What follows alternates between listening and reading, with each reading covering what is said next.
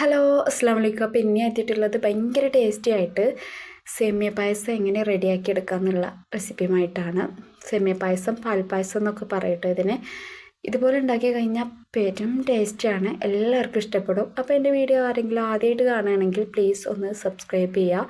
അപ്പോൾ 3 ഓപ്ഷൻ വരും, അതിലോളം ഓപ്ഷനിൽ ക്ലിക്ക് ചെയ്താൽ ഞാനിടുന്ന എല്ലാ വീഡിയോസും നിങ്ങൾക്ക് നോട്ടിഫിക്കേഷനായി വരുന്നതാണ് കേട്ടോ.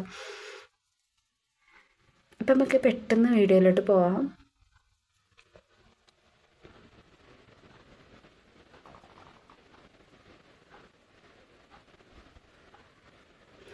അപ്പോൾ ഇതിനായിട്ട് ഞാനൊരു പാൻ ഗ്യാസിൽ വെച്ച് കൊടുത്തിട്ടുണ്ട്. അതിലേക്ക് ഞാൻ 6 kg ഒഴിച്ച് കൊടുത്തിട്ടുണ്ട് കേട്ടോ.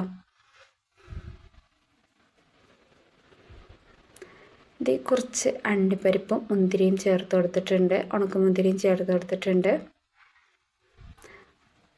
അതൊന്ന് വറുത്തെടുക്കണം കേട്ടോ, ഒന്ന് ബ്രൗൺ നിറാകുമ്പോൾ ആവോളം.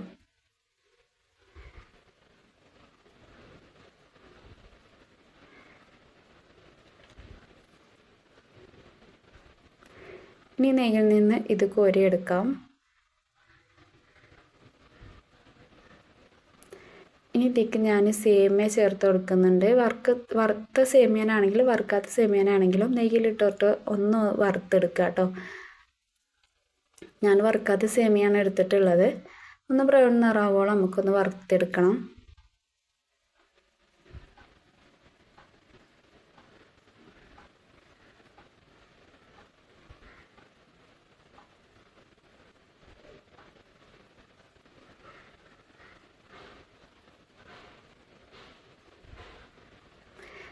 ഇപ്പൊക്കെ ഏതാണ്ടൊക്കെ ബ്രൗൺ നിറാവാനായിട്ടുണ്ട്. ഇനി ഇതിലേക്ക് ഞാൻ 1 കപ്പ് തിളപ്പിച്ച വെള്ളമാണ് ചേർത്ത് കൊടുക്കുന്നത്.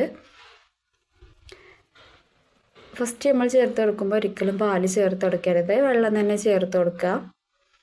ഇനി ഈ സേമിയ കുറച്ച് ഒരു 2 തിളക്ക് തിളച്ച് ഒന്ന് വേവുകളും നമുക്ക് ഈ വെള്ളത്തിലൊന്ന് വേവിച്ചെടുക്കണം.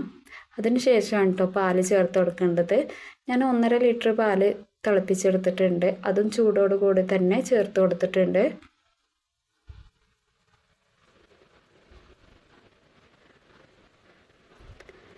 ഇത് നന്നായിട്ടൊന്ന് ഇളക്കി കൊടുക്കുക.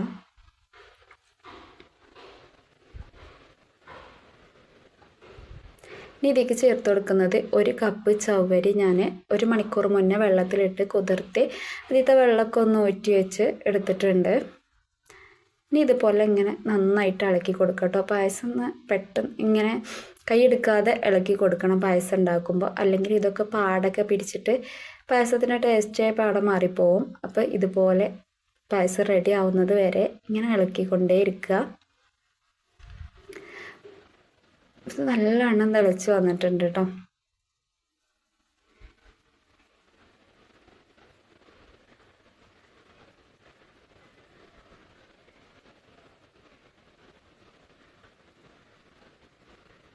പിന്നെ ഇതിലേക്ക് ഒരു നുള്ളു ഉപ്പ് ചേർത്ത് കൊടുക്കാം, മധുരം ഒന്ന് ബാലൻസ് ചെയ്യാൻ വേണ്ടിയിട്ട്. പായസത്തിൽ എപ്പോഴും നുള്ളു ഉപ്പ് ചേർത്ത് കൊടുക്കുമ്പോഴാണ് കേട്ടോ പായസത്തിൻ്റെ ഒരു രുചി വരുന്നത്. ഇനി നന്നായിട്ടൊന്ന് ഇളക്കി മിക്സ് ആക്കുക. ഇനി ഇതിലേക്ക് 1/2 കപ്പ് മിൽക്ക് മെയ്ഡും പാട് ചേർത്ത് കൊടുക്കുന്നുണ്ട്. മിൽക്ക് മെയ്ഡും പാട് ചേർത്ത് കൊടുക്കുമ്പോൾ പായസത്തിനൊരു പ്രത്യേക ടേസ്റ്റാണ്. അഥവാ നിങ്ങളുടെ കയ്യിലില്ലെങ്കിൽ തേങ്ങാപ്പാലിൻ്റെ 1-ാം പാൽ എടുത്തിട്ട് ഒഴിച്ചെടുത്താൽ മതി കേട്ടോ.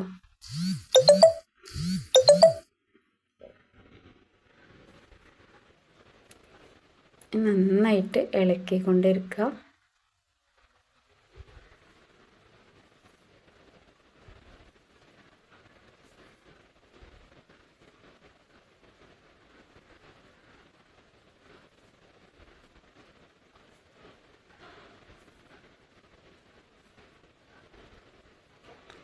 ഏതാനൊക്കെ വെന്ത് വരാൻ തുടങ്ങിയിട്ടുണ്ട്.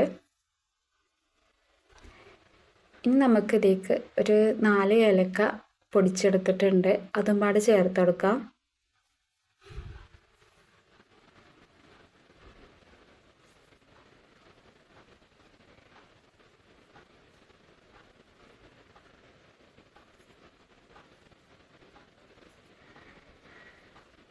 ഇതുപോലെ കൈയെടുക്കാതെ ഇളക്കിക്കൊണ്ടിരിക്കുക കേട്ടോ. ഇനി ഇതിലേക്ക് ആവശ്യത്തിനുള്ള മധുരം പാടെ ചേർത്ത് കൊടുക്കാം. ഞാൻ 1 കപ്പ് പഞ്ചസാര ചേർത്ത് കൊടുക്കുന്നുണ്ട്. പായസത്തിന് എപ്പോഴും മധുരം മുന്നിട്ട് നിൽക്കുന്നതാണ് രുചി.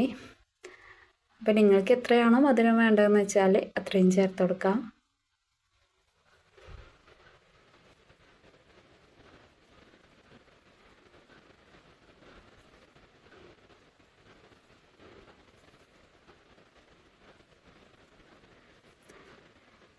ഇനി പായസം ചൂടൊക്കെ ആറുമ്പോഴേക്കും പിന്നെ ഇതിങ്ങനെ കട്ടയായി വരുന്നുണ്ടെങ്കിൽ ചൂടുവെള്ളം ചേർത്ത് കൊടുത്തിട്ട് മിക്സ് ആക്കിയാൽ മതി കേട്ടോ.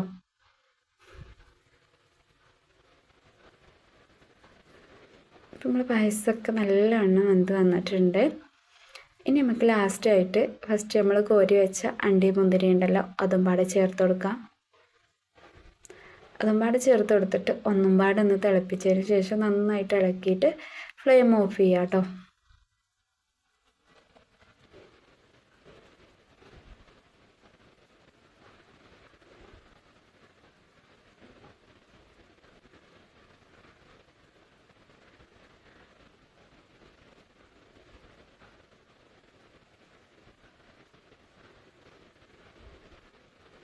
ഇപ്പം നമ്മൾ അടിപൊളി പായസം റെഡി ആയിട്ടുണ്ട്. ഇനി ഫ്ലെയിമൊക്കെ ഓഫ് ചെയ്ത് ഞാൻ വേറൊരു പാത്രത്തേക്ക് സേവ് ചെയ്തിട്ടുണ്ട്. കണ്ടില്ലേ നമ്മൾ പായസം കണ്ടിട്ട് തന്നെ കൊതിയാവുന്നില്ലേ? അപ്പോൾ എല്ലാവരും ഇതുപോലെ ഒന്ന് ഉണ്ടാക്കി നോക്കുക. വീഡിയോ ഇഷ്ടപ്പെട്ടാൽ ലൈക്ക് ചെയ്യാനും എങ്ങനെ ഉണ്ടായിരുന്നു എന്നുള്ളത് കമൻറ്റ് ചെയ്യാനും റിലേറ്റീവിനും ഫ്രണ്ട്സിനൊക്കെ ഒന്ന് ഷെയർ ചെയ്ത് കൊടുക്കാനും മറക്കരുത്. അപ്പോൾ എല്ലാവരും പായസം കുടിച്ച് സന്തോഷമായിരിക്കുക. അപ്പോൾ ഓക്കെ, ബൈ.